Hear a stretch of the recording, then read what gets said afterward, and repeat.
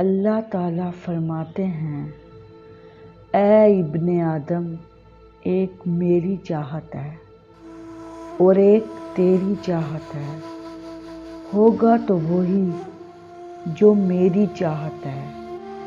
پس اگر تو نے سپرد کر دیا اپنے آپ کو اس کے جو میری چاہت ہے، تو وہ بھی میں تجھے دے دوں گا جو تیری چاہت ہے۔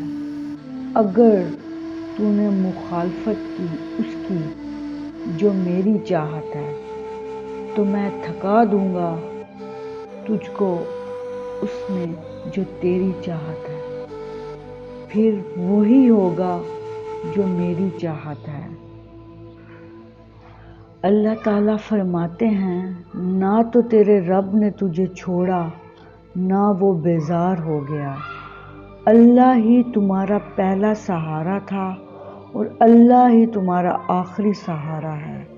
تم کتنے ہی گناہگار کیوں نہ ہو، کتنے ہی نافرمان کیوں نہ ہو، جب بھی تم اسے پکارو گے وہ تمہیں جواب دے گا۔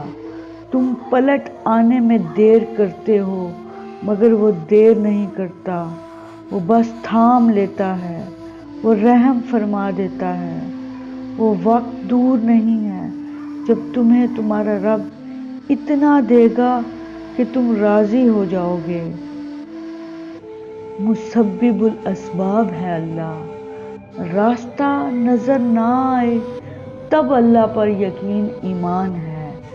جب وسائل اور ذرائع نہ ہوں اور پھر یقین ہو کہ اللہ مسبب الاسباب ہے، وہ اسباب کا پابند نہیں، وہ اسباب کا محتاج نہیں، بلکہ اسباب اس کے محتاج ہیں۔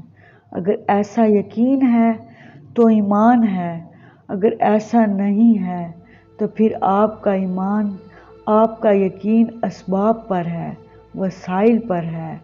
اس وقت کہاں راستہ تھا جب موسیٰ کے سامنے سمندر اور پیچھے فرعون کا لشکر تھا؟ وہاں تو یقین نے سمندر کو بھی راستہ دینے پر مجبور کر دیا۔ جہاں کہیں بھی تم ہوتے ہو اللہ تمہارے ساتھ ہوتا ہے، لیکن اس کا یقین قائم ہو جائے، پھر دنیا کی کوئی طاقت نہیں تمہیں ہرا سکتی۔ جانتے ہو مجھے اللہ سے کیوں محبت ہے؟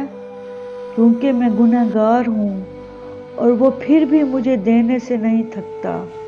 میں تھوڑا سا رو لوں، تھوڑا سا صبر کر لوں، وہ انہیں ضائع نہیں ہونے دیتا، وہ قبول کر لیتا ہے۔